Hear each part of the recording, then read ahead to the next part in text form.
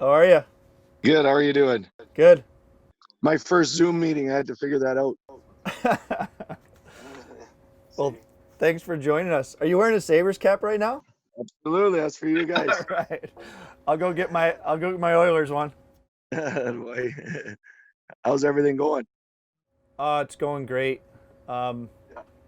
so I wanted to call you. We've talked many times and text and all that, but we've Yeah. never met yet in person. Hopefully that'll change someday. Yeah, absolutely.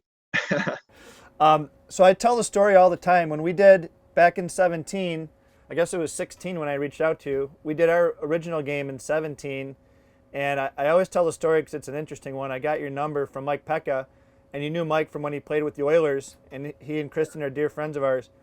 And he gave me your number, and I didn't give you any warning or anything. I was driving home from work on a Friday afternoon at like 5 o'clock, and I called, and I did not expect you to answer. Like I thought you were just, go to voicemail, and I'd say introduce myself, but you answered, and the first thing I said is I introduced myself, and now I'm like, and we're gonna try to break your world record, and I thought you were gonna be mad and be like, oh, what are you talking about? And the first words out of your mouth were, awesome. How can I help?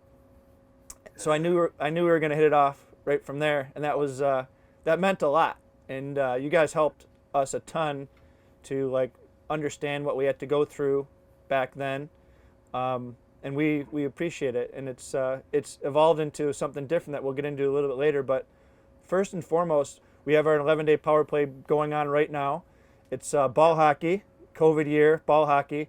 But I'd like to hear, and I'm sure you've told it many times, but your story, going all the way back to almost 20 years now, how you started your game and where it's gotten to now.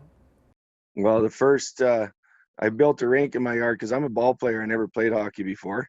So I got married and I asked my wife if I could build a rink, and we built this rink and ended up having some fun games between our local fire department and police department. They were just having some fun out there on Wednesday nights, and at the time there was a record going on for 24 hours out near my place out in Red Deer.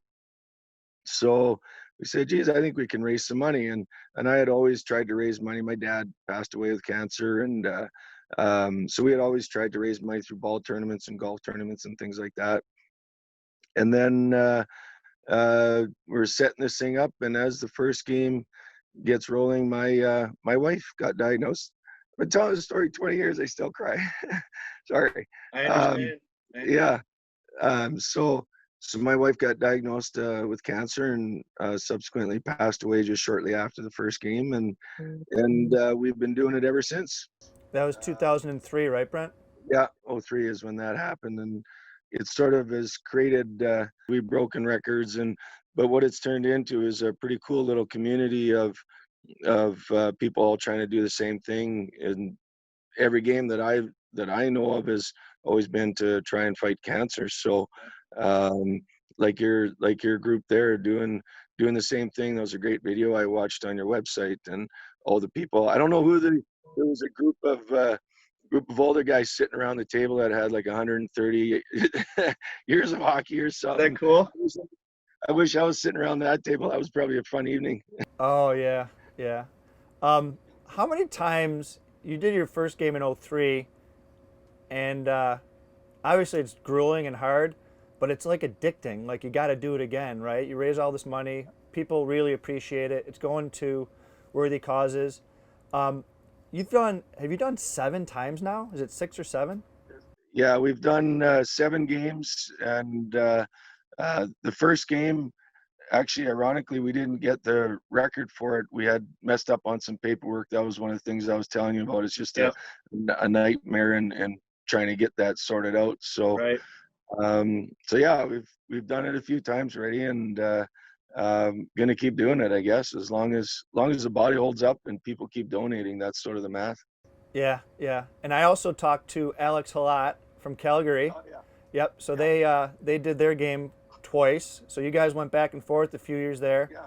and I got to know Alex as well as yourself during this because we were trying to make sure that we understood all the aspects of everything. So it was cool to get to know him too. I'm going to try to get on the horn with him as well. Um, Yeah. You also have done, other than hockey, right? You've done some world longest. Is it baseball most recently? Baseball, yeah. We just found out actually a couple of weeks ago that we got the Guinness record for baseball. And somebody in St. Louis, so that's good because you guys don't like St. Louis, do you? Isn't there a rivalry No, there? not with Ryan O'Reilly there. Yeah. Um, so we just found out that we played two ball games. The first one, again, we didn't get the record, paperwork as usual, and but I respect that. I mean, it's one, as you guys feel the same way. It's never really about breaking a record. That's a fun thing for media to kind of get on board with, Right. and it helps control the masses a little bit and making sure people are being where they need to be. Other than that, it's always about raising the money. So yeah, so it's been good. I'm We building a ballpark at my place now. That's the next step. We're just kind of working on it. I don't know how I feel about Canadians owning the world's longest baseball record. I've had a few reporters from the States call me already, and it's not pretty. I apologize. For Canadian, I'm supposed to apologize, I guess. Well, if we have anything to say about it, we'll have the Americans own, at least for a short time, the world's longest hockey game. That, I mean, I think that might be worse. Yeah, it's all good. It's all good.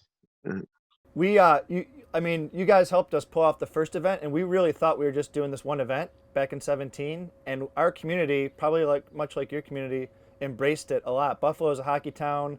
We have a world-class cancer hospital here, and after that first event, we decided to take it to a community shift, and we ended up putting it out. And instead of us playing the whole time, whoever wanted to play 4-hour shifts could raise money, and we did that, and that went really well. So that was 18, and then 19 it increased by like 40%. We had over 2,000 participants. This year we had 2,600 participants registered. We had to scale that back because of COVID and not, some teams out of town and stuff.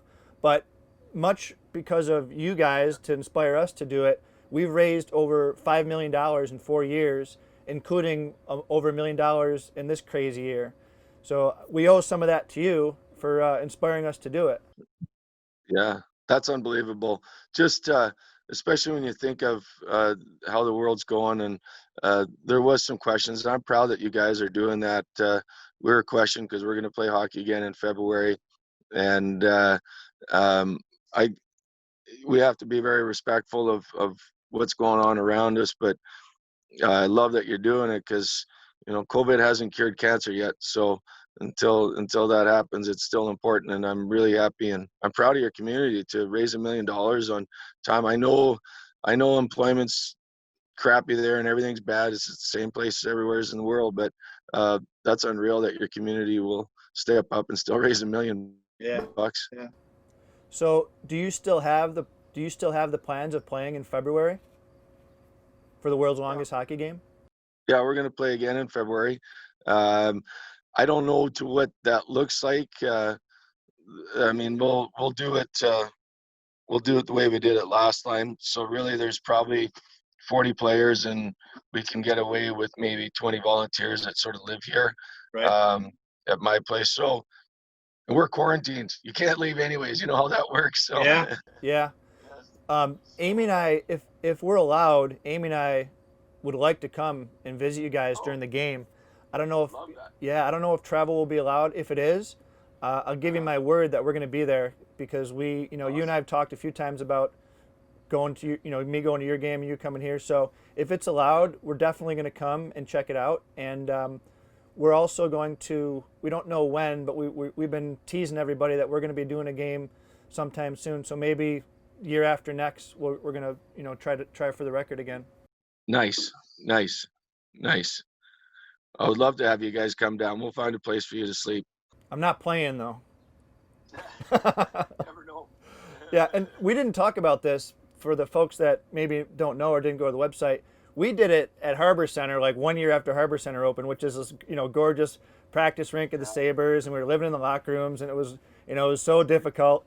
But you guys do it in Edmonton in February outside, so kudos to you guys. It's a much more grueling task, and admittedly maybe a little bit more difficult than a beautiful brand new arena.